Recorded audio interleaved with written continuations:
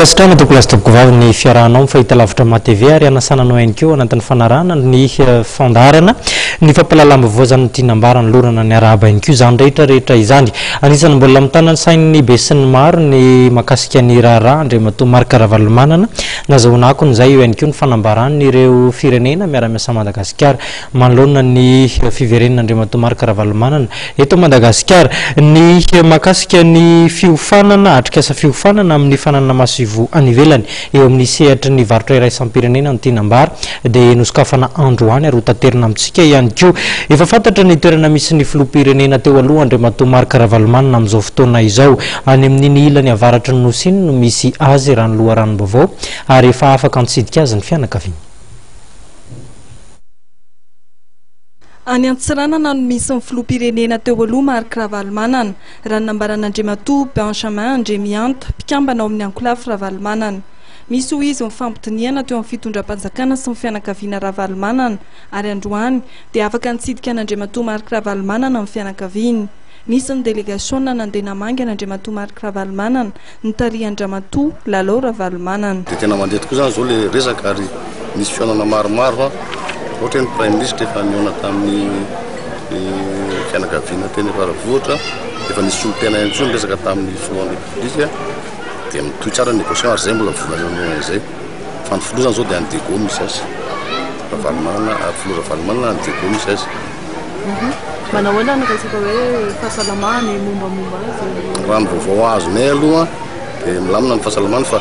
mbola ho resaka ao taona izany izao ny dilena ny hoe andrafizana ny fianakaviana dia hitsidika azy ihany anatao fotoana fohy satria zay misy nina manko koa zavatra mitranga misy droit fondamental na zo fototra tsy azo ialana dia ny momba ny fahazoan'ilay olona ny fikarakarana intégrité physique zany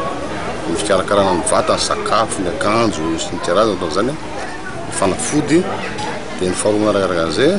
intégrité morale izany hoe ilay fahafahana mifandray na droit de communication amin'ny fianakaviana sy izay olona akaiky azy tokony eo.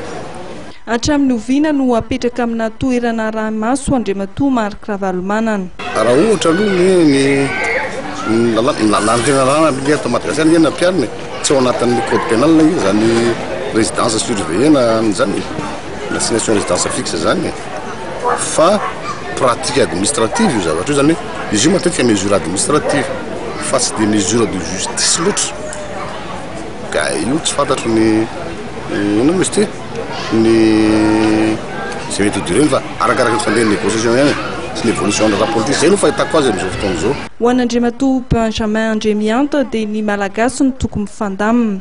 ary mifampihavana pirenena tsy maintsy irosoana ho hiatrany ty mpikambana avy amin'ny ankolafy Ravalomanana ity. Io resaka fampihavana pirenena io